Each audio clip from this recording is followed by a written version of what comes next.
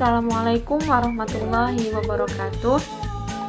Perkenalkan, kami kelompok 4. Di sini kami akan mempresentasikan bab 9 mengenai meneladani tokoh utama Ibnu Rushdi dan Muhammad Iqbal.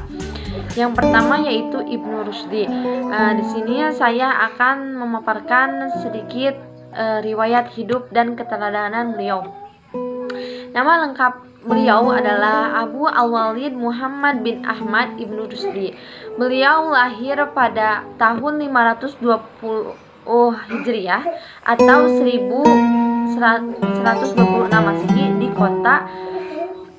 kota Cordoba, Andalusia, di Spanyol. Beliau terlahir dari keluarga bangsawan dan terpelajar.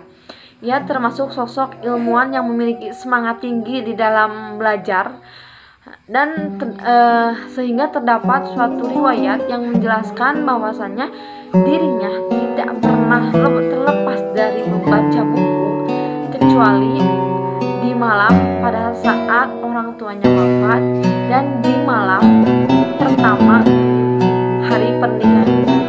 Jadi jelas ya, beliau merupakan sosok ilmuwan yang memiliki semangat tinggi dalam belajar. Beliau tidak pernah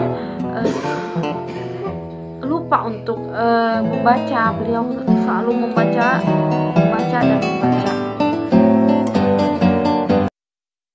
Awal pendidikan Ibnu Rushdi. Pendidikan awalnya ditempuh di kota Cordoba. Di sana ia belajar beberapa ilmu, yaitu ilmu hadis, ilmu tafsir, fikih, akidah, bahasa Arab, matematika, fisika, astronomi, logika, filsafat, dan ilmu kedokteran. Cordoba saat itu dikenal sebagai kota ilmu, khususnya kajian filsafat yang sepadan dengan kota-kota lainnya seperti Damaskus, Baghdad, dan Mesir. Setelah menyelesaikan pendidikannya pada tahun 1159 Masehi, ia dipanggil oleh gubernur sivil untuk melakukan reformasi pendidikan. Jadi Ibnu Rushdi dipanggil oleh gubernur sivil untuk mereformasikan pendidikan. Setelah itu pada tahun 1182 Masehi ia diangkat sebagai hakim di Cordoba. Lalu pada tahun 1182 Masehi itu Ibnu Rushdi itu diangkat sebagai hakim di kota Cordoba. Beberapa bulan kemudian ia pergi ke Maroko, diangkat sebagai penasehat khalifah menggantikan Ibnu Tufail.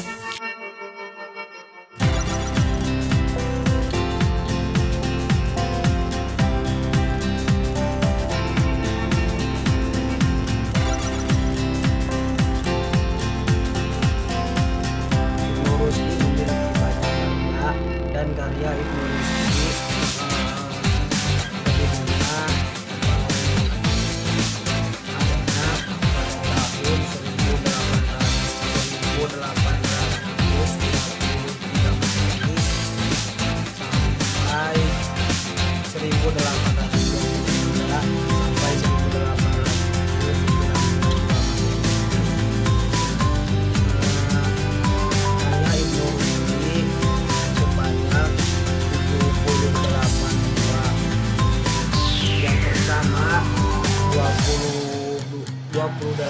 buah di bidang filsafat, yang kedua 20 buah di bidang kedokteran, yang ketiga 5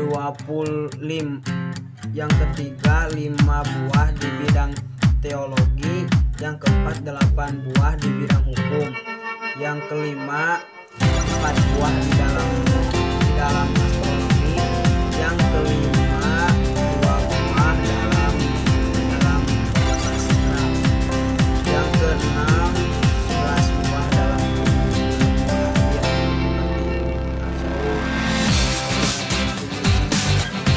ilmu mencapai hukum dan ilmu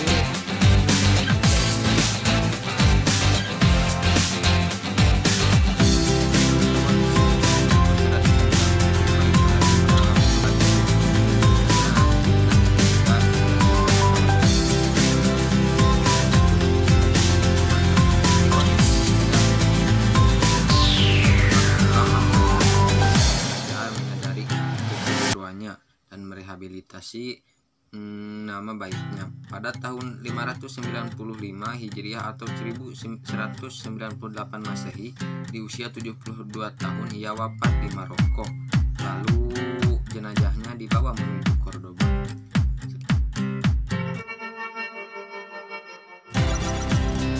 Menjelaskan tentang riwayat hidup Muhammad Iqbal dan keteladanannya. Muhammad Iqbal dilahirkan di Sialkot, Punjab, India pada tahun 1876 dari keluarga yang berekonomi menengah. Nenek moyangnya berasal dari kasta Brahma yang telah memeluk agama Islam 300 tahun sebelumnya. Pendidikan awalnya dilakukan di Murray College. Pada tahun 1895, ia pindah ke Lahore untuk menuntut ilmu di Government College. Saat di Lahore, ia belajar ilmu filsafat hingga mendapat gelar Magister Law. Beliau juga diangkat sebagai asisten dosen di Oriental College. Dan pada tahun 1905, ia ke Inggris dan kuliah di Universitas Cambridge. Setelah ia pindah ke Tunis dan memperoleh gelar doktor, ia kembali ke Lahore untuk bekerja sebagai pengacara dan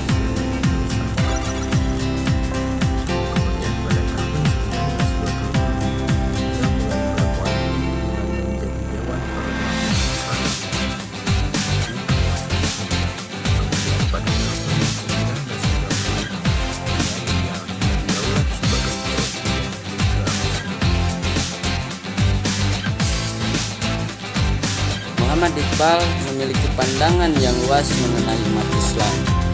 Ia berpendapat kemunduran umat Islam karena kebekuan pemikiran mereka. Menurut Iqbal, hukum di dalam Islam sesungguhnya tidak statis. Ia dapat berkembang dengan perkembangan zaman. Selain itu, ia berpendapat bahwa pintu ijtihad masih terbuka lebar.